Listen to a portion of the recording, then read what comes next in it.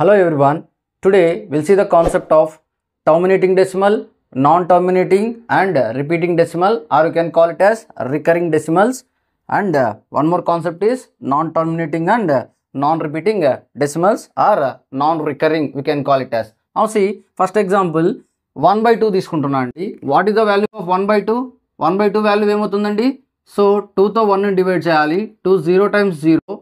So 1 borrow here. If I keep the point, it will become 10. 2 5s are 10. So 1 by 2 value ఎంత వస్తుంది? 0.5. అలాగే 13 by 5 value ఎంత వస్తుందండి? చూడండి, 13ని 5తో డివైడ్ చేయండి. 5 2s are 10. 3 రిమైండర్. సో 13లోంటి 10 తీసేయాలి ఇక్కడ. 3 remainder. If I keep the point here, it will become 30 and 5 6 are 30. So దీని వాల్యూ ఎంత వచ్చింది? 2.6. సో ఇక్కడ మనం అబ్జర్వ్ చేస్తున్నామండి, పాయింట్ తర్వాత 1 డిజిట్ తర్వాత ఎండ్ అయిపోయింది. ఎందుకు ఇక్కడ మనకి రిమైండర్ 0 వచ్చేస్తున్నాయి.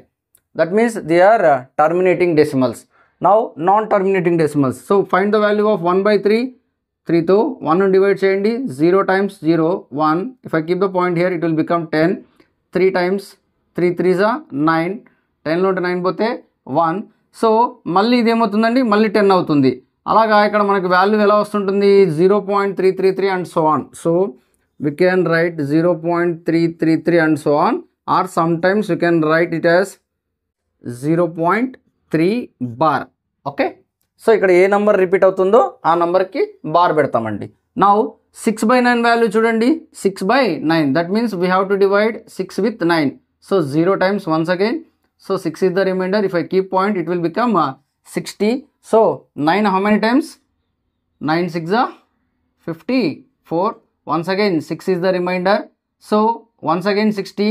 9 6 are 54. మరి 6 రిమైండర్. మరి దీని వాల్యూ ఎంత అండి? 0.666 and so on. So simply we can write 0.6 bar. So ఈ రెండు ఎలా వచ్చాయండి? 0.333, 0.666 like that. That means they are non terminating, అంటే ఎండ్ అవ్వట్లేదు, but they are repeating decimal. 3 అనేది కంటిన్యూస్గా రిపీట్ అవుతుంది, ఇక్కడ 6 అనేది కంటిన్యూస్గా రిపీట్ అవుతుంది. సో ఇవి రెండు are nothing but rational numbers. ఏమని చెప్తున్నామండి? రేషనల్ నంబర్స్ అంటే ఏ నంబర్స్ అయితే టర్మినేటింగ్ డెసిమల్ ఉంటాయో, ఏ నంబర్స్ అయితే non terminating and repeating decimals ఉంటాయో, అవి రెండింటిని we can call it as rational numbers. Now see, non-terminating and non-repeating decimals. మనం ఆల్రెడీ చెప్పుకున్నాం, non terminating and non repeating decimals is nothing but irrational number. ఎలాంటి number ఇది?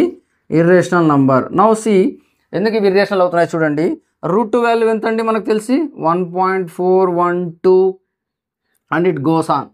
Okay, అలాగే route 3 value 1.732 like that it will come. Root 18 value andi, root 18 value we can find easily. See, I can write root 18 can be written as root of 9 into 2. So root of 9 can be written as once again root 9 into root 2. So idemotadandi, root 9 value enta? 3. So I can write this as 3 root 2. 3 into root 2. Already you know that root 2 is a irrational number. Here 3 is a rational. So rational into irrational, once again we'll get a irrational number. Now మనం last క్లాస్లో చెప్పుకున్నామండి, పై value ఎంత అండి? 22/7. మరి 22/7 rational number కేటగిరీలో ఉండాలి కదా, ఎందుకు irrational number కేటగిరీలో ఉంది? యాక్చువల్గా pi value 3.141596 like that it will come అండి. ఇక్కడ కానీ మనకి ఎలా వస్తుంది pi value? It won't terminate and it won't repeat. So మనం ఇక్కడ ఈ 22/7 అనేది అప్రాక్సిమేట్ వాల్యూ తీసుకుంటున్నామండి, బట్ ఎగ్జాక్ట్ వాల్యూ వచ్చి 3.141596 and so on. That means ఇక్కడ ఇది నాన్ టర్మినేటింగ్, నాన్ రిపీటింగ్, అందుకు మనము పైని ఇర్రేషనల్ నెంబర్ కేటగిరీ కింద తీసుకుంటున్నామండి. Thank you very much. Thank you for watching my video. If you like the concept, please subscribe my channel, like the video and comment and share to your friends also. Thank you.